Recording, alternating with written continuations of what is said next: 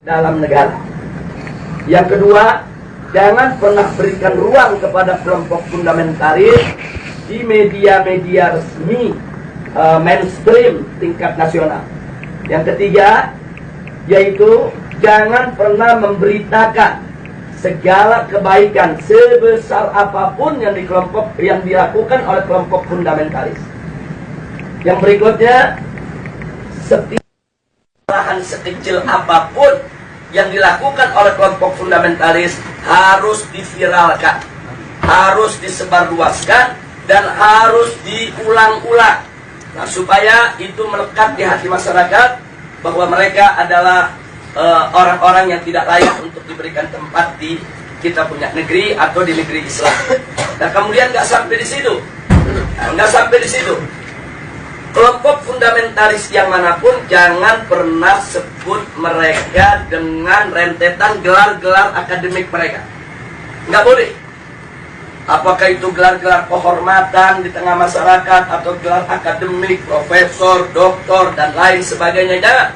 Cukup sebut namanya aja untuk mengopinikan di masyarakat bahwa kelompok fundamentalis itu kuper, bodoh, tidak berpendidikan, tidak punya gelar, nggak ngerti dunia akademik, dan seterusnya.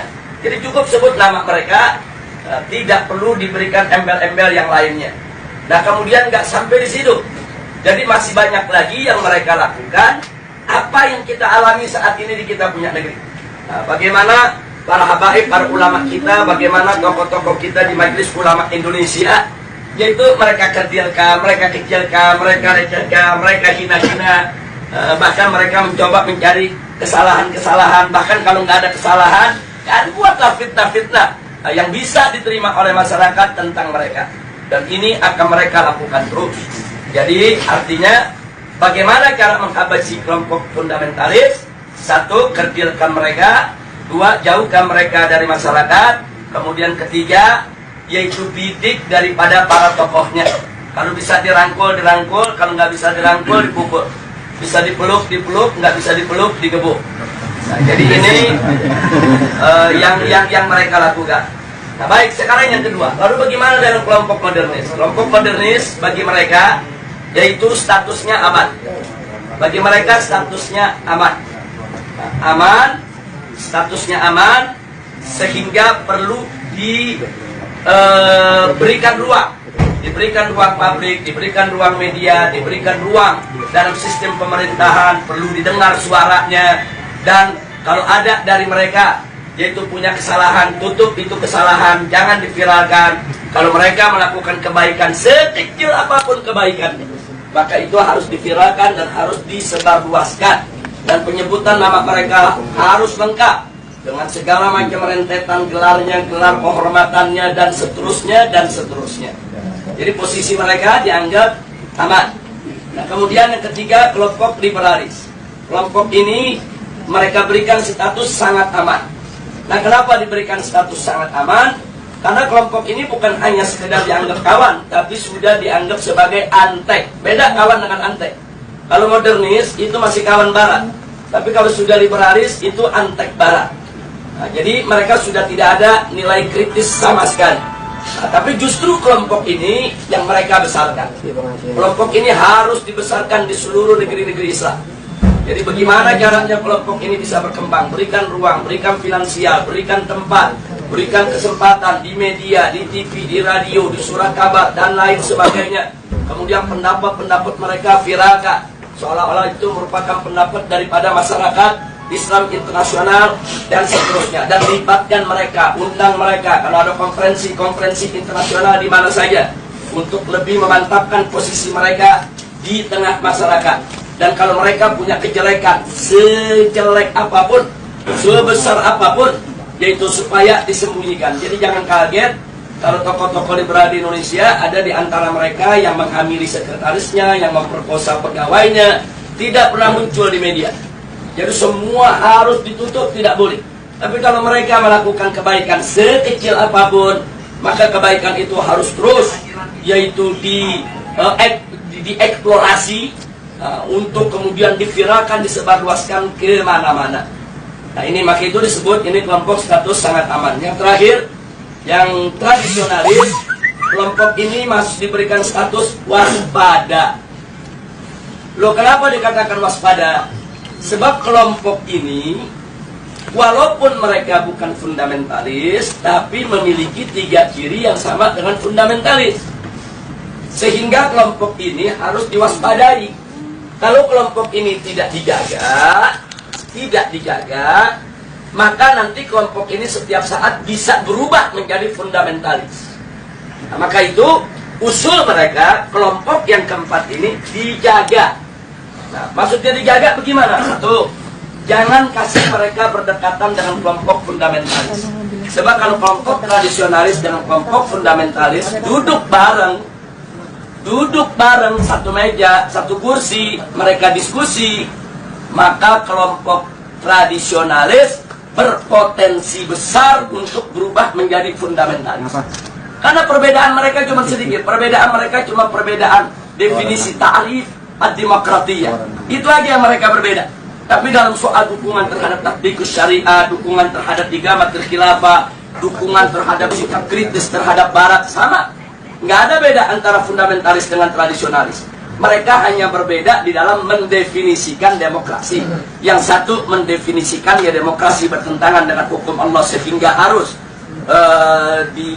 ditangkal sama sekali. Yang satu lagi melihat bahwa demokrasi itu hanya satu cara yang kalau dibawa ke dalam ajaran Islam dia bisa islami, kalau tidak, kalau dikeluarkan dari ajaran Islam dia bisa bertentangan dengan ajaran Islam. Hanya ini saja berbeda. Nah, kalau mereka duduk bareng diskusi, maka kelompok tradisionalis berpotensi besar berubah menjadi fundamentalis menurut mereka, menurut Rand Corporation. Maka itu fundamentalis dan tradisionalis tidak boleh bersentuhan, harus dijauhkan, bahkan harus diadu domba. Nah, ini yang terjadi di Indonesia saat ini. Bagaimana supaya dua kelompok ini diadu domba? Nah, kenapa ini yang harus diadu domba? Karena kelompok fundamentalis dan tradisionalis ini yang pengikutnya paling banyak. Kalau yang namanya modernis, kelompoknya tidak seberapa. Modernis dalam pengertian Rand Corporation. Apalagi liberalis. Mereka nggak seberapa. Mereka punya basis massa. Kita bicara basis massa akar rumput. Nah, yang memiliki basis massa akar rumput yang sangat kuat hanya kelompok fundamentalis dan kelompok tradisionalis. Maka itu kalau ini bersatu, ini akan menjadi satu kekuatan umat Islam yang maha dahsyat, yang bisa merontokkan kekuatan mereka, sehingga mereka akan melakukan berbagai macam upaya bagaimana dua kekuatan ini untuk tidak bersatu. Nah, itulah sebabnya aksi 212 di mata mereka ini merupakan persatuan antara fundamentalis dan tradisionalis, dan mereka sangat panik, mereka sangat kalap, karena yang masuk dalam aksi 212 itu dari semua elemen umat Islam. Apapun organisasinya, apapun partai politiknya, apapun mazhab pemikirannya, mereka datang, mereka tidak tanya Anda NU, Anda Muhammadiyah, Anda FPI, enggak. Mereka nggak nanya Anda P3, Anda PKS, Anda PKB, enggak. Mereka nggak nanya. Mereka nggak nanya mazhab, Anda Syafi'i, Anda Hambali, Anda enggak. Mereka nggak nanya Anda ini termasuk yang Aswaja, yang Wahabi, atau yang Salafi dan lain. Enggak ada. Mereka hanya tahu Anda Muslim, saya Muslim, kita datang untuk bela Islam. Justru ini yang menakutkan musuh.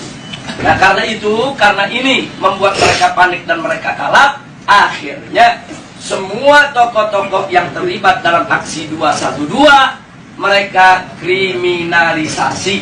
Sebagian ada yang dimakarisasi, sebagian ada yang diterorisasi, sebagian ada yang dikriminalisasi. Yang diterorisasi umpamanya Ustadz Bakhtiar Nasir, dikait-kaitkan gerakannya dengan ISIS, dengan sumbangan untuk teroris dan lain sebagainya. Ini namanya terorisasi. Nah, sedangkan makarisasi seperti Kiai Khattab, Muhammad Al-Khattab yang saat ini ditahan dan dipenjara. Nah, ini dikait-kaitkan dengan inilah gembong yang membuat makar, inilah yang ingin menggulingkan pemerintah dan lain sebagainya. Ini namanya makarisasi. Nah, sedangkan kriminalisasi, aneka ragam tindak yang dianggap pidana itu dinisbahkan kepada para aktivis kita. Nah, jadi sekali lagi bahwa langkah-langkah kriminalisasi, kemudian makarisasi, terorisasi Ini merupakan jalan yang mereka ambil saat ini untuk membuyarkan kesatuan daripada umat Islam. Maka itu saya minta kepada segenap umat Islam, khususnya kepada tolabah yang ada di Madinah ini, khususnya secara istimewa adalah antum semua, baik mukimin maupun pekerja dan lain sebagainya. Yuk kita rapatkan barisan, dan yuk mari sama-sama kita aktif di dalam perang politik. Jadi jangan pernah kita lalai. Jadi jangan lupa, ini handphone yang Anda pegang ini di zaman sekarang bisa menjadi senjata yang luar biasa.